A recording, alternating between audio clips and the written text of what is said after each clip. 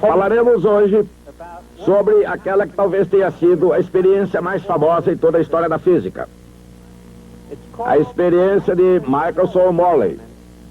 Ela foi concebida para detectar o movimento da Terra através do éter luminoso. O éter foi uma invenção de físicos do século XIX para explicar como a luz podia ser transmitida através do vácuo entre o Sol e a Terra. A física tem o seu folclore e suas lendas, como qualquer outra cultura. A história de Isaac Newton e da maçã, por exemplo. Bem, existe também uma lenda sobre a experiência de Michelson e Morley, tão conhecida quanto a história de Isaac Newton e da maçã. Segundo essa lenda, Michelson e Morley fizeram sua experiência e provaram que não existia o éter. Assim, Albert Einstein foi obrigado a inventar a teoria da relatividade a fim de explicar esse resultado. A experiência foi realizada no que era então chamado o Case Institute of Technology de Cleveland, Ohio, em 1887.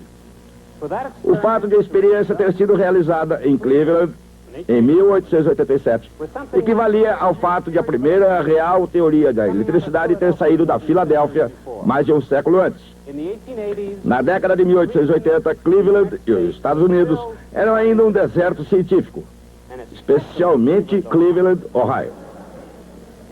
É possível que a experiência de Michelson e Morley tenha sido a coisa mais importante já acontecida em Cleveland até Satchel Paige jogar beisebol pelos índios. O mais notável dessa história talvez seja o fato de Albert Michelson, durante os 50 anos que lhe restaram de vida, ter considerado essa grande experiência um fracasso. Hoje veremos por que isso aconteceu. 1887, época da Rainha Vitória, Rainha da Inglaterra e Imperatriz da Índia. Londres é a capital do comércio mundial.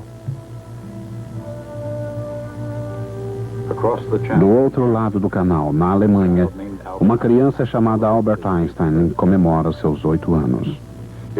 Faz 23 anos desde que James Clerk Maxwell apresentou suas equações para a radiação eletromagnética. Do outro lado do Atlântico, os americanos usufruíam mais de 2 décadas de paz e prosperidade desde o fim da terrível guerra civil. Ondas de imigrantes da Europa engrossam a população dos Estados Unidos. A fronteira ocidental está sendo colonizada e se firmando. Hoje, 1887 nos parece uma época de tranquilidade, não apenas no comércio e na política, mas também na ciência. Muitos físicos acreditavam que todas as grandes descobertas já haviam sido feitas. A física atingira um estado de perfeição decididamente etérea. De fato, o conceito do éter era um dos princípios centrais.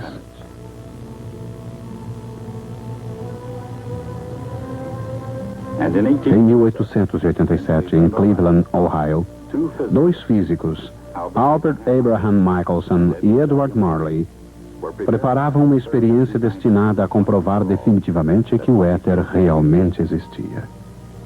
Certamente o éter existiu, pelo menos na mente dos filósofos, durante milhares de anos. Hoje podemos aceitar facilmente a ideia do espaço como um vácuo, enormes regiões do cosmos virtualmente desprovidas de matéria. Mas para os antigos, o conceito de um vazio perfeito era impossível de ser compreendido. O espaço, acreditavam eles, precisava ser preenchido com alguma coisa. Assim, a solução encontrada por Aristóteles foi o éter. Essa era a substância que preenche o que, de outra maneira, seria o espaço vazio. No século XIX, o éter passara a servir a uma necessidade mais do que simplesmente filosófica. O éter era o meio através do qual as ondas de luz do Sol se propagavam, nutrindo e iluminando a Terra.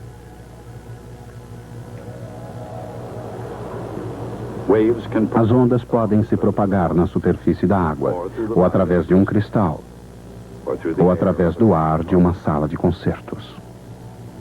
Mas qualquer onda é um distúrbio que passa através de um meio, de um ponto para outro.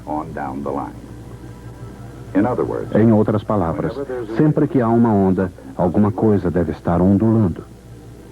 Mas quando as ondas de luz do Sol chegam à Terra através de um espaço aparentemente vazio, o que estaria ondulando? No século XIX, a resposta era tão clara quanto o próprio espaço. Era o éter. Para os físicos do século XIX, o éter era não apenas real, possuía propriedades físicas que podiam ser deduzidas pela observação do seu comportamento. Por exemplo, a velocidade de uma onda qualquer depende da rigidez do meio através do qual ela passa. E, naturalmente, a velocidade da luz é enorme. Assim, o éter deve ser realmente muito rígido. De fato, os físicos diziam que era quase impossível comprimir o éter. Por outro lado, a Terra e os outros planetas moviam-se com facilidade através desse éter incapaz de ser comprimido, obedecendo às leis de Newton como se não estivessem passando através de meio nenhum. Se o éter se comportasse como um fluido viscoso, os planetas em órbita iriam gradativamente perdendo energia e movimentando-se em espiral em direção ao Sol. E como isso parecia não acontecer, os físicos puderam chegar a outra conclusão definitiva sobre o éter. O éter, diziam, era o fluido perfeitamente móvel, sem qualquer viscosidade. Era um fluido transparente, absolutamente não viscoso e incapaz de ser comprimido, e que preenchia todo o espaço. Como já se sabia tanto sobre ele, tudo o que restava era demonstrar diretamente a sua existência numa experiência clara e irrefutável. De uma maneira ou outra, a experiência não foi conseguida pelos físicos daquele século. Mas em 1887, Albert Michelson, com auxílio do amigo Edward Morley, concebeu uma experiência que não poderia falhar. No que se refere às credenciais acadêmicas, Michelson estava sem dúvida qualificado. 4 anos em Anápolis, 8 na Case School of Applied Science e mais 3 anos na Clark University, Worcester, Massachusetts. No entanto, seria preciso mais do que conhecimento acadêmico para detectar o movimento absoluto da Terra através do espaço, que consistiria, na verdade, em detectar o próprio éter. Seria necessária uma experiência extraordinária com um grau inusitado de precisão. Felizmente, Michelson tinha um grande talento para projetar instrumentos capazes das medições mais precisas. Suas primeiras medições da velocidade da luz foram mais precisas do que qualquer outra antes dele. Quando estava em Berlim, Michelson projetou um novo instrumento de notável precisão. Chamava-se interferômetro. Aqui, utilizando um laser, um interferômetro de Michelson começa dividindo um feixe de luz em 2. Um espelho, parcialmente transparente e parcialmente refletor, envia 2 feixes em trajetórias perpendiculares. Cada um reflete e volta ao ponto de onde foram separados em 2. Ali se combinam, formando novamente um único feixe. O interferômetro de Michelson pode ser visto como uma corrida entre 2 feixes de luz. Se a corrida termina em empate, o resultado é um ponto brilhante no centro da franja de interferência.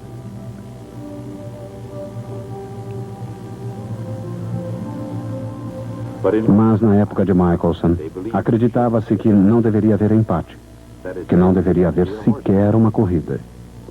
Isso porque os 2 feixes de luz estariam se movimentando sobre uma estrada em movimento.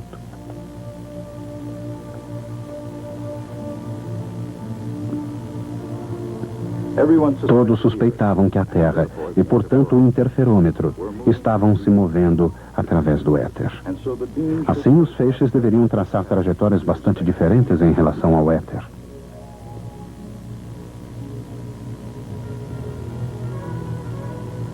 O feixe que se movia lateralmente ao movimento da Terra percorre lados de um triângulo, enquanto que o outro que se movimenta ao longo do movimento da Terra percorre uma menor distância num sentido e maior no outro.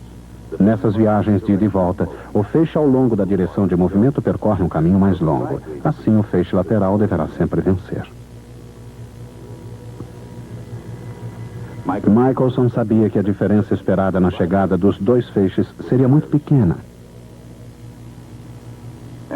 Afinal, a velocidade da luz é 3 vezes 10 à oitava potência de metros por segundo, enquanto a velocidade da Terra através do éter é de apenas 3 vezes 10 à quarta metros por segundo.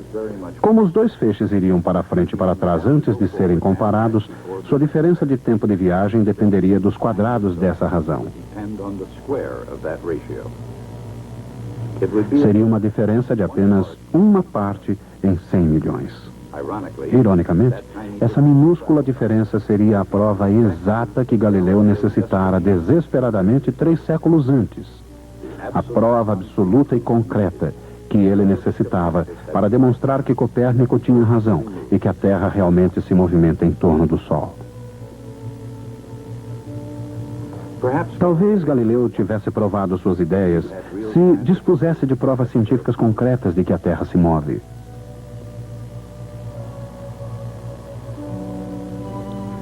Embora não possamos saber se ele tinha Galileu em mente, essa pequena diferença no tempo de viagem dos dois feixes de luz era exatamente o que Michelson desejava medir em Berlim em 1880.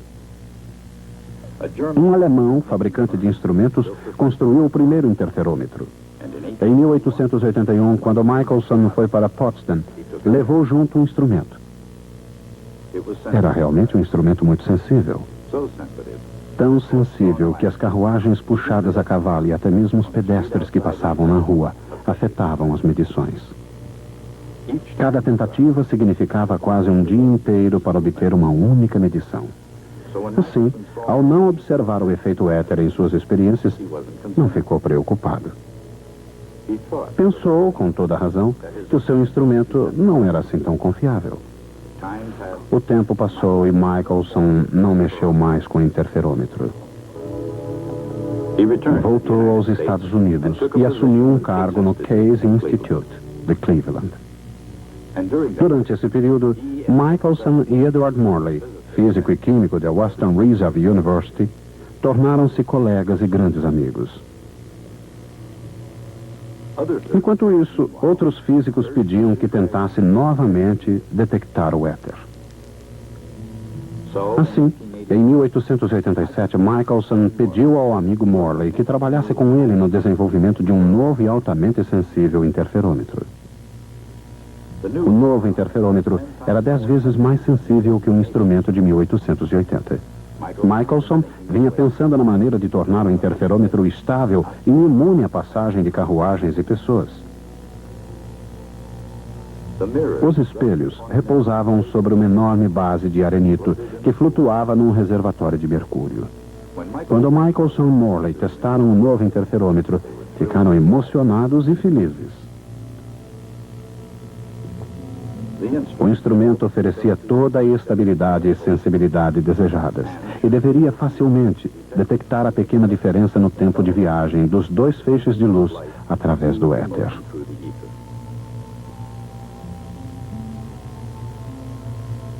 A experiência propriamente dita consistiria na observação das franjas de interferência com o interferômetro orientado na direção do movimento através do éter,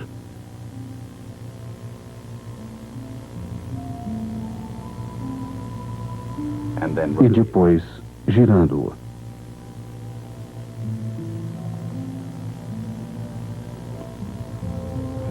Se os dois feixes chegassem empatados, por exemplo, a interferência construtiva produziria uma mancha brilhante no centro das franjas.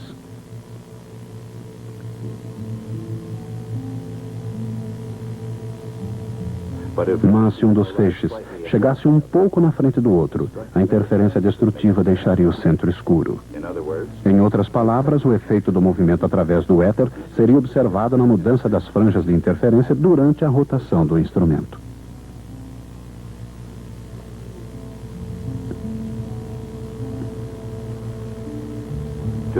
Para a grande surpresa de Michelson e Morley e de todo mundo, não foi registrada qualquer mudança nessas franjas.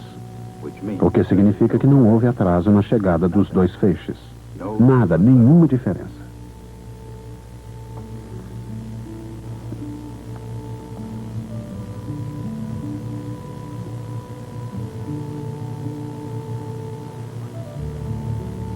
Por mais que fizessem variações da experiência, no verão ou no inverno, de noite ou de dia, o resultado era sempre o mesmo.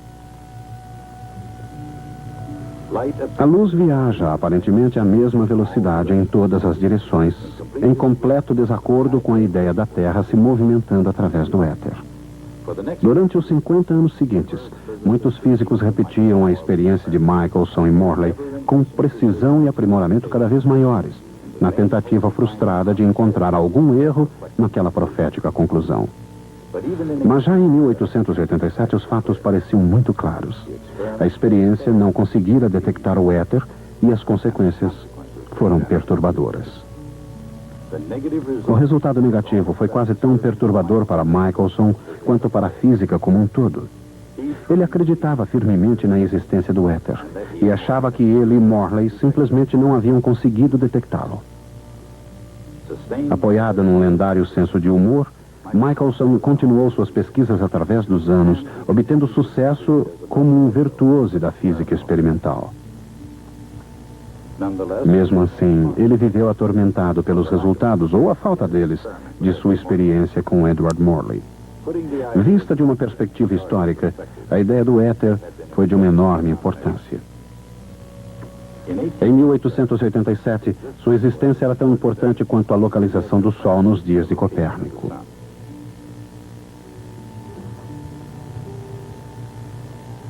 Até então, nenhuma experiência fora melhor concebida, nem mais cuidadosamente executada. E na ciência, o fracasso de uma experiência como essa cria não apenas um dilema teórico, mas pode provocar reações fantásticas na comunidade científica.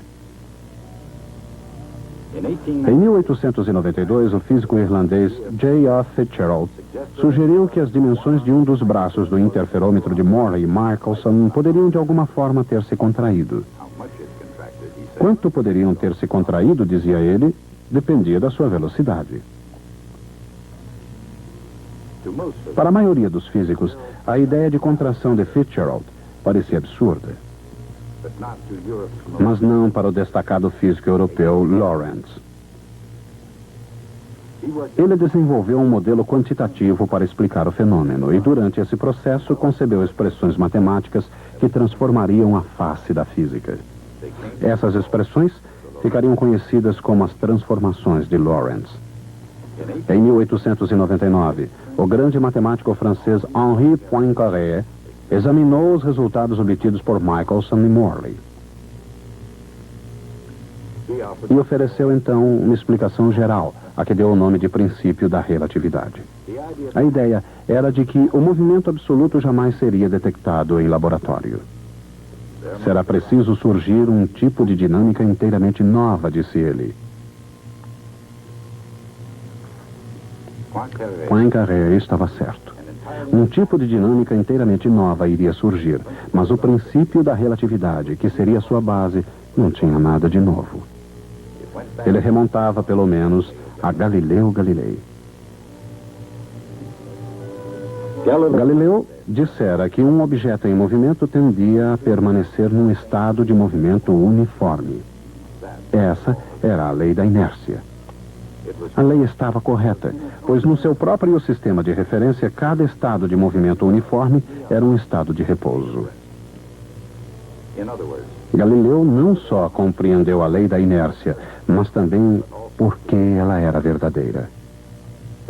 Não existe diferença alguma entre o estado de repouso e o estado de movimento uniforme. Mas, por outro lado, Albert Michelson tentara, com sua experiência, detectar o movimento absoluto da Terra. Se tivesse conseguido, teria provado que existe uma diferença entre movimento e repouso, pelo menos uma diferença que pode ser detectada numa experiência. A verdade é que, de qualquer maneira, obtendo sucesso ou fracassando, os resultados da experiência de Michelson teriam oferecido um grande dilema à física. Mas como as coisas aconteceram, o dilema estava quase além da imaginação, até mesmo da imaginação de Hendrik Lorentz.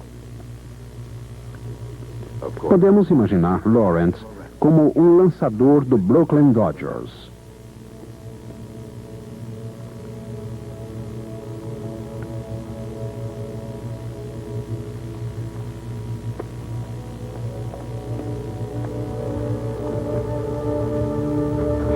Suponhamos que ele tenha sido capaz de lançar uma bola a 6/10 da velocidade da luz, passando por Albert a mesma velocidade.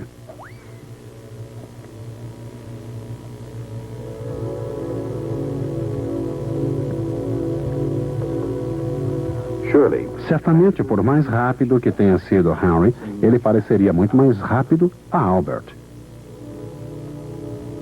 Mas, e era isso o que revelara a experiência de Michelson e Morley, se tanto Albert quanto Henry observassem o mesmo feixe de luz, cada um imaginaria que ele estivesse movimentando a velocidade da luz em relação à sua pessoa, mesmo que estivessem se movimentando um em relação ao outro.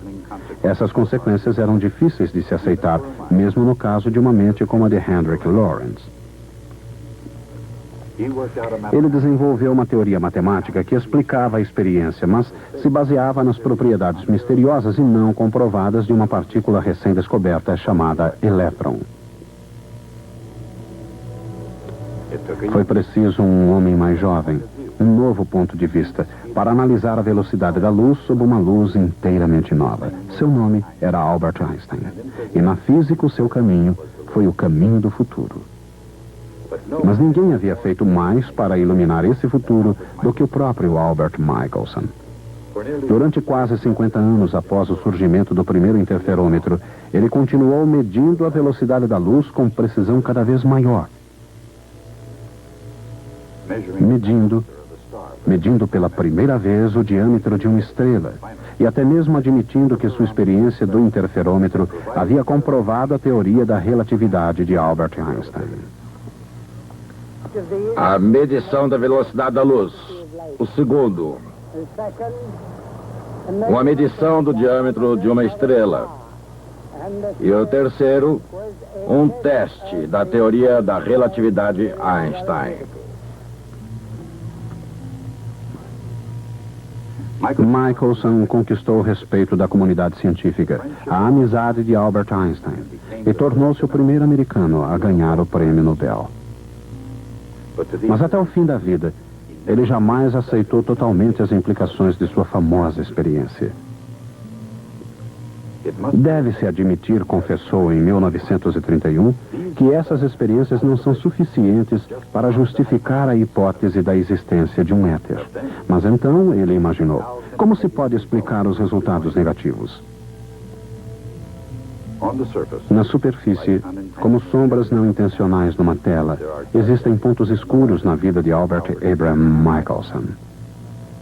Pois apesar dos momentos de brilho de uma carreira de 50 anos, ele tendia a se concentrar no fracasso de 1887. Como o resultado da experiência original foi negativo, concluiu, o problema ainda exige uma solução. Mas na realidade, a experiência de Michelson, se é que pode ser considerada um fracasso, foi o mais brilhante fracasso em toda a história da ciência. E a solução que ele buscou, mas se recusou a aceitar, a teoria da relatividade de Albert Einstein, mudaria para sempre o próprio significado de espaço e tempo.